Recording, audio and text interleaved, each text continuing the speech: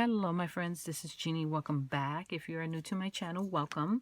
In this video, I am going to continue to work on the vintage slide mount embellishments that I am making for a journal that I am working on.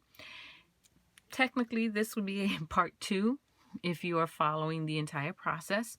In the first video, I shared how I use some vintage slide mounts and the Dina Wakley Media Gloss sprays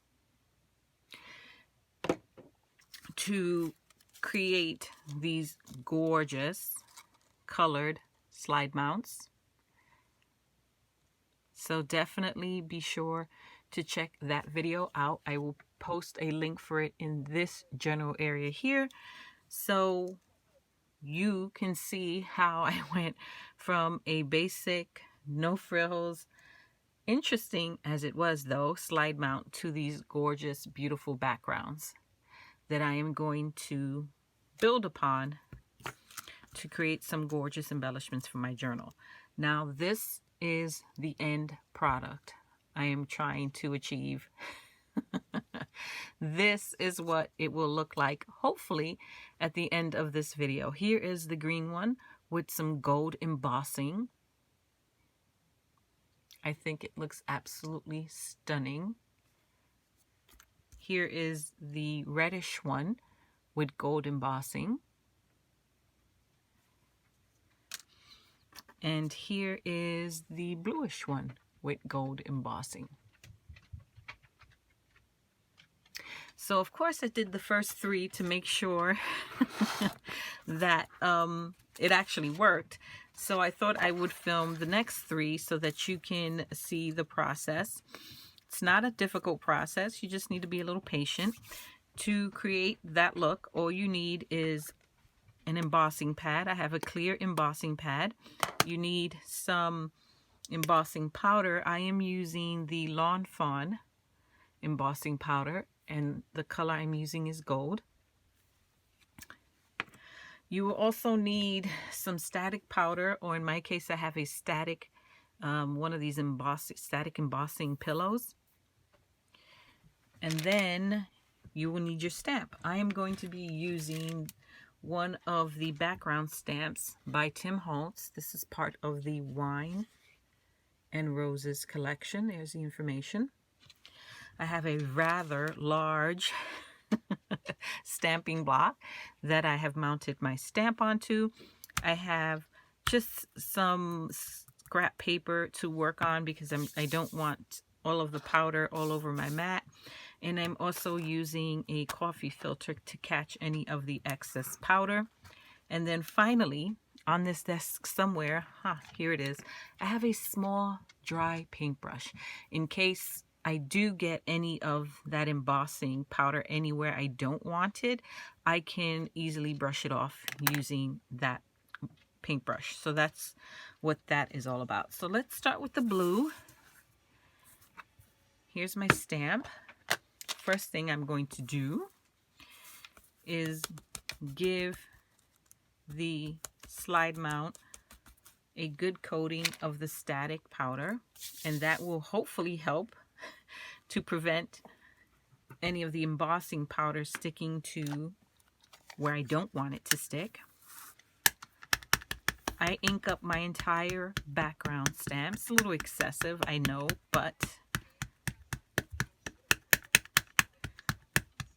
I try to target a certain section of the stamp, but my depth perception is not all it's cracked up to be. So because of that, I'm just going to turn this over so we can work on a clear side. Because of the compromised depth perception, I don't always hit the area I target. So better to be safe than sorry. I just ink up the entire stamp. I really want to try to get this area over here. Give it a good press.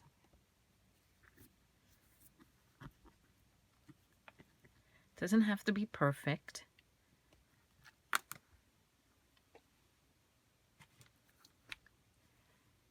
And you can I think you can see.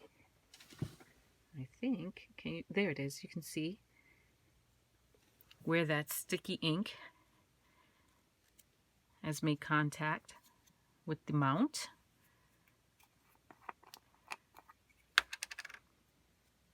These slide mounts are awesome. I got lots of them, and I purchased mine from Pretty Pink Cottage. It's an Etsy shop. I know for a fact she doesn't have any more of these, but she did recently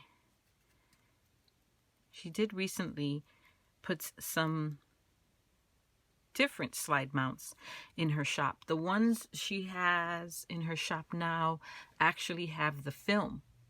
When I purchased these slide mounts, it was just the slide mounts, no film. The ones in her shop now actually still have the film attached to the slide mount. So if that's something you would be interested in, definitely go check her out. Things in her shop tend to sell out pretty quickly, so may or may not have some left. If not, just do a little search, quick little search on Etsy for slide mounts, vintage slide mounts, and tons of shops do sell them. So this is what it looks like before the heat treat. And I think the detailing is pretty darn good. Not much cleaning required there. So I'm going to set that to the side, and I'm going to prepare the other two slide mounts, and then we will heat them all up so that we don't have too much noise with the heat gun. So there's that. And the reason I use one side to apply the static powder and then flip it and stamp on the other side is that I don't want all of that powder to get onto my stamp. Some of it will, because flipping back and forth on this surface, there's going to be some cross-contamination, no doubt, but I'm going to try to minimize the amount by not directly stamping on the side that has all of the powder.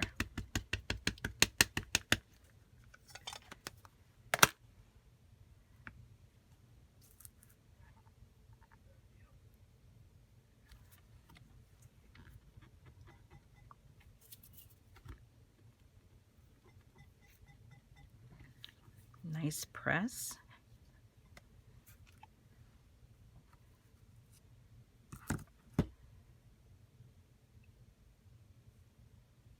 A little more difficult to see on the green, so let's go ahead, get our embossing powder. It's the only way to really confirm that in fact the ink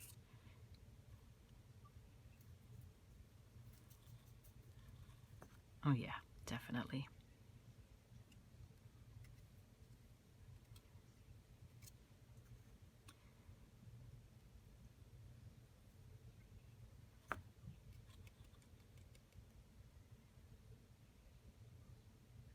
That looks good. I don't know. Oh, there, you might be able to see it there.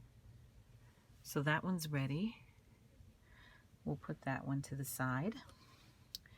And let's do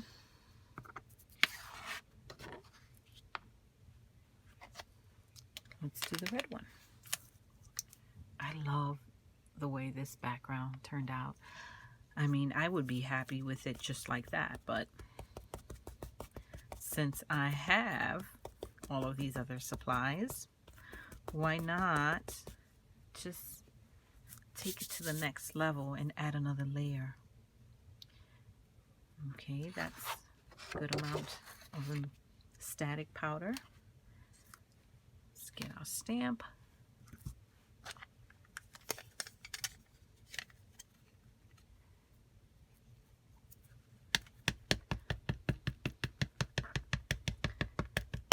So I did share that I started a new journal. It is a Frida Kahlo themed journal. I posted a video where I show all of the supplies that I have for that particular journal. If you have not seen that video, be sure to check it out. I will post a card right here that will lead you directly to that video. Okay, we are inked up and let's press. I have started, I have the cover chosen, I have a nice base for the three, I have 3 signatures pretty much cut to size. And now I am just starting to embellish. Starting to embellish. A lot of prep work into this journal. Okay, I can see that. I don't know that you can, but I can. Only one way to really know, right?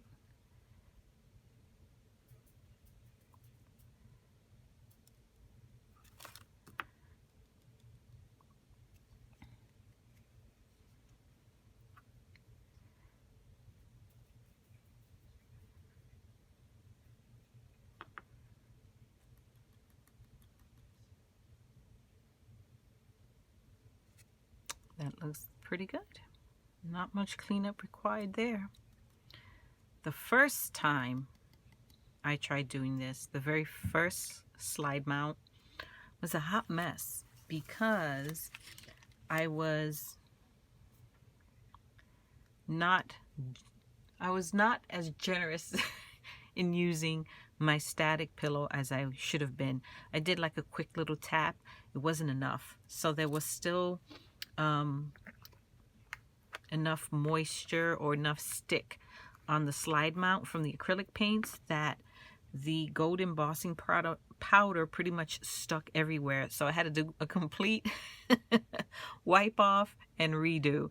And this time I went in hard with the embossing powder, with the static powder. I keep saying embossing powder. It's different with the static powder. And definitely made a world of difference. So there is the red. Okay, so we have our green, our red, and our blue. Let me put away the embossing powder before I turn on the heat tool. I don't want embossing powder flying everywhere. Or worse yet, I knock it over. Holy cow, would that be a disaster. I would have to clean that up. Okay, so it's going to get loud, my friends. So turn the volume down. If you're wearing headphones, pull the headphones out. And we are going to get loud in 3, 2, 1.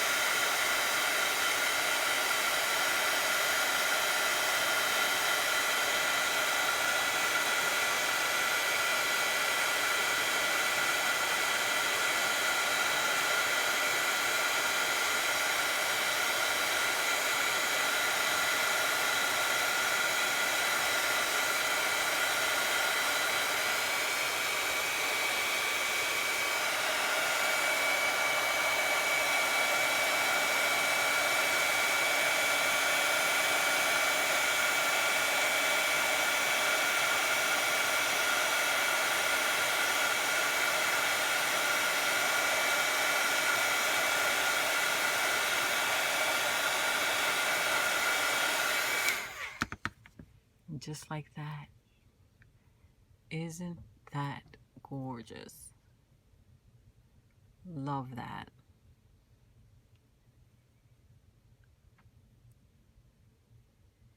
Beautiful. Let's do the blue one next. Here we go again with the heat gun.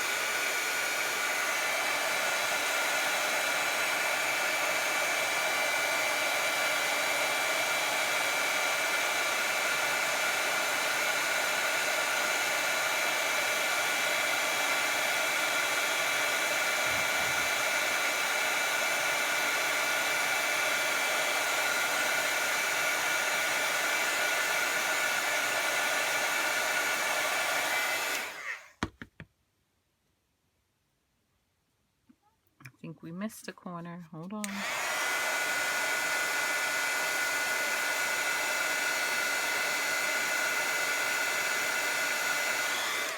Just the tiniest amount. No. Clearly. There we go.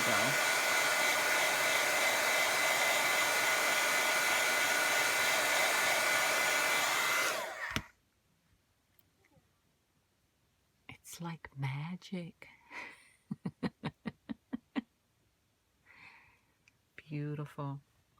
Let's do the last one. The blue has to be my favorite, I think.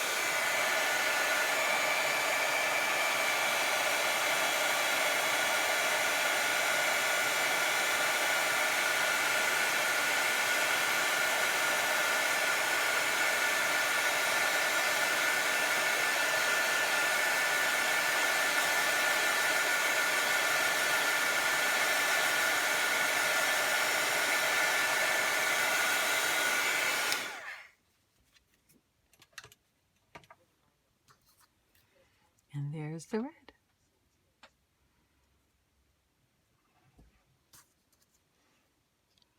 See, here we have all three.